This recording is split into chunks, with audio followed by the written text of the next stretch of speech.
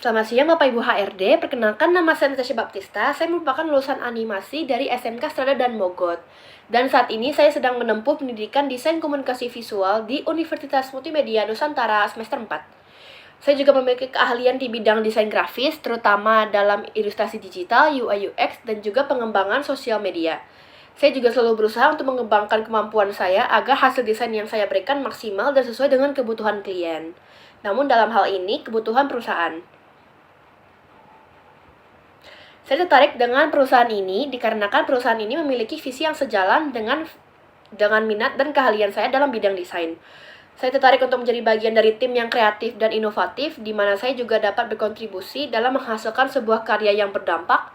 Selain itu, saya juga ingin berkembang dan belajar di lingkungan yang dinamis, mengikuti perkembangan zaman dan juga perkembangan teknologi. Dulunya, saya pernah magang di PT Kun Production Digital Agency, di mana saya belajar banyak terkait desain dan juga kebutuhan pemasaran digital, termasuk sosial media dan branding. Selain itu, saya juga aktif dalam berbagai organisasi dan proyek saat saya kuliah, yaitu saat ini, seperti Project Hive MD, Hand, Foot, and Mouth Disease, yang bekerja sama dengan pihak Outru UI, di mana saya terlibat dalam pembuatan aset digital, ilustrasi digital untuk sebuah kampanye kesehatan, video kampanye kesehatan yang diperuntukkan bagi orang tua dan juga anak-anak berumur 5 tahun dan ke bawah yang mengalami penyakit HIV/MD. Kemudian terdapat banyak juga organisasi yang saya ikuti selama saya kuliah. 2 diantaranya yang paling besar adalah perkenalan prodi DKV dan juga Imago. Di perkenalan prodi DKV, saya menjabat 2 kali. Yang pertama yaitu sebagai anggota visual, yang kedua sebagai koordinator visual. Saat saya menjabat sebagai anggota visual, saya tidak hanya membuat sosial media, namun juga unggahan feeds, story, dan juga desain baju. Saat saya menjadi koordinator perkenalan prodi DKV, yakni di bidang visual, saya bekerja sama dengan partner saya sebagai saya selaku wakil koordinator di divisi visual, di mana saya tidak hanya membuat desain feeds, namun juga desain story, sketsa, logo, dan banyak lagi. Di Imago, saya juga berperan sebagai koordinator saya juga berperan sebagai koordinator divisi visual, yang mana saya juga bekerja sama dengan partner saya. Namun bedanya adalah saya bekerja sama hanya sebagai koordinator, namun saya sendiri diberikan tanggung jawab untuk mengawasi subdivisi sosial media, di mana partner saya mengawasi subdivisi katalog. Sebagai seorang desainer, saya memiliki kelebihan di mana saya cepat bekerja, adaptif dalam pembuatan style, dan juga saya fleksibel dalam menyelesaikan pekerjaan. Saya mampu bekerja sesuai dengan brief dan dapat menyelesaikan gaya desain sesuai dengan kebutuhan project, di mana saya juga memiliki keterampilan dalam problem solving untuk mencari solusi desain yang efektif. Walau demikian, saya juga memiliki kekurangan sebagai desainer tentunya, di mana saya terkadang terlalu perfeksionis sehingga saya menghabiskan banyak sekali waktu pada detail-detail kecil. Namun saya belajar untuk lebih efektif dalam mengatur waktu agar tetap produktif tanpa mengorbankan kualitas. Bagaimana cara saya mendeskripsikan gaya desain saya? Gaya desain saya cukup bervariasi, tapi saya lebih sering memainkan warna dan tata letak objek dalam setiap karya saya. Inspirasi saya juga datang dari berbagai sumber, seperti tren desain terbaru, alam, arsitektur, dan juga sumber utama dari inspirasi desain saya adalah saya menggunakan referensi-referensi karya sebelumnya yang pernah ada, yang sesuai dengan apa yang ingin saya buat.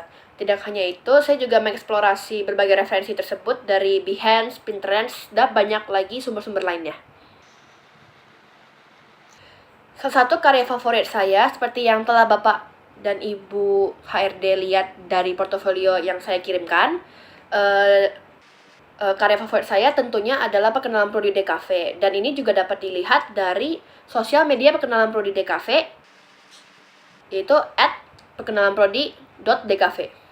Di mana salah satunya adalah yang tahun 2025, yaitu yang Gamana Askara. Salah satu karya yang paling saya banggakan adalah pembuatan logo, di mana tentunya ini tidak hanya diselesaikan dengan kerja saya sendiri saja, namun juga dengan bantuan divisi acara partner saya dalam divisi visual, dan juga banyak pihak-pihak lain seperti BPH yang membantu meng-ACC, juga divisi publikasi dan divisi acara yang membantu membuat filosofi dari desain tersebut. Tentunya ini bukan hanya effort pribadi, namun juga effort sebuah tim. Di sini saya berperan dalam pembuatan sketsa awal, sketsa kasar, sketsa komprehensif, dan juga warna akhir. Namun hasil render akhir dibuat oleh partner saya. Tantangan yang dihadapi saat itu adalah untuk menemukan ataupun membuat desain logo yang sesuai dengan referensi yang diberikan oleh divisi acara, sesuai dengan filosofi yang diberikan juga, namun masih dapat dihitung unik. Dikarenakan pembuatan logo ini tentunya tidak boleh sesuai ataupun mirip dengan logo-logo sebelumnya perkenalan prodi yang pernah ada. Saat itu juga diberikan seperti elemen-elemen spesifik yang harus saya integrasikan ke dalam logo, yaitu lingkaran, kabut, pen atau kuil, dan juga sebuah bintang, di mana masing-masing elemen tersebut memiliki filosofi tersendiri, dan saya harus mengintegrasikan semua itu ke dalam satu logo yang kohesif sehingga mencerminkan Gamana Askara. Tentunya dari satu logo Gamana Askara itu saya juga harus membuat logo-logo divisi yang mana tidak hanya harus memiliki satu kesatuan harmonis dengan logo Gamana Askara keseluruhan, namun juga antar satu sama lain antar logo divisi. Jadi setiap logo divisi itu juga memiliki elemen dan filosofinya tersendiri, sehingga saya juga harus menyesuaikan. Itu adalah tantangan terbesar saya. Dan bagaimana hasil akhirnya? Hasil akhirnya tentunya dirender dan difinalisasi oleh partner saya, di mana dalam satu divisi visual memiliki 2 koordinator, yakni saya dan partner saya, dan kami berdua membagi tugas sesuai dengan bebannya tersendiri. Saya percaya dalam bekerja sama dalam sebuah tim, kunci utama yaitu adalah komunikasi. Komunikasi yang efektif tidak hanya melancarkan sebuah pekerjaan, namun juga mempercepat sebuah proses. Namun seringkali tantangan terbesar sebagai manusia tentunya, dan dalam sebuah tim di mana ada banyak sekali otak dan pribadi yang memiliki pendapatnya masing-masing, komunikasi adalah salah satu tantangan yang paling sulit untuk dihadapi. Dan di sini juga saya selalu berusaha untuk terbuka terhadap semua masukan dan memberikan ide-ide yang bisa memperkaya diskusi kita. Saya juga berusaha dan mampu beradaptasi dalam bekerja sama dengan gaya kerja tim yang berbeda-beda. Saya juga mampu menjaga profesionalisme dalam setiap proyek yang saya kerjakan. Saya juga mampu mengikuti instruksi dengan baik dan mampu menyediakan gaya visual serta hasil yang maksimal sesuai dengan brief yang diberikan. Pernahkah saya bekerja dengan klien yang memiliki visi yang berbeda? Tentunya pernah.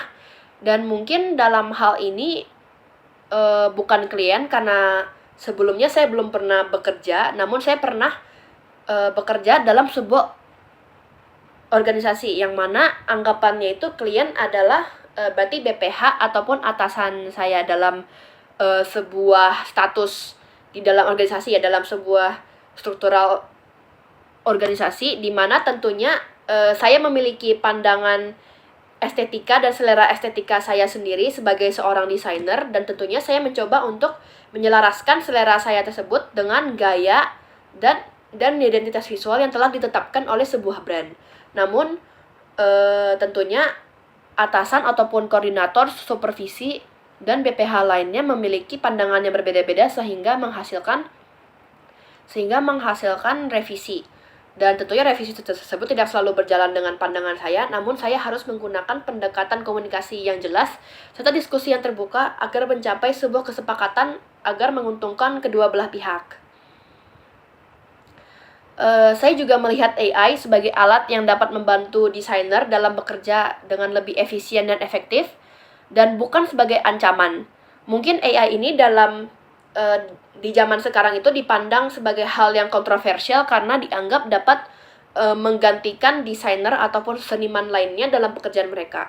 Namun menurut saya dengan AI kita dapat mengotomatiskan pekerjaan-pekerjaan serta tugas teknis sehingga kita dapat lebih fokus dengan aspek-aspek yang kreatif dan strategi desainnya. Kita juga harus terus belajar, terutama saya sebagai pribadi yang memiliki banyak sekali kekurangan. Saya juga harus mengikuti perkembangan teknologi agar dapat beradaptasi dan tetap relevan di industri kreatif ini. Tentunya mereka yang tidak beradaptasi dan tidak fleksibel tidak dapat saya akan mengubah kalimat saya, akan selalu ketinggalan dengan yang lain yang telah beradaptasi dan memaksimalkan AI sebagai sebuah tool dan bukan sebuah ancaman. Sekian dari saya. Terima kasih telah menerima saya di tahap wawancara ini. Semoga saya bisa mendapatkan respon yang positif dari Bapak Ibu HRD. Terima kasih. Selamat siang.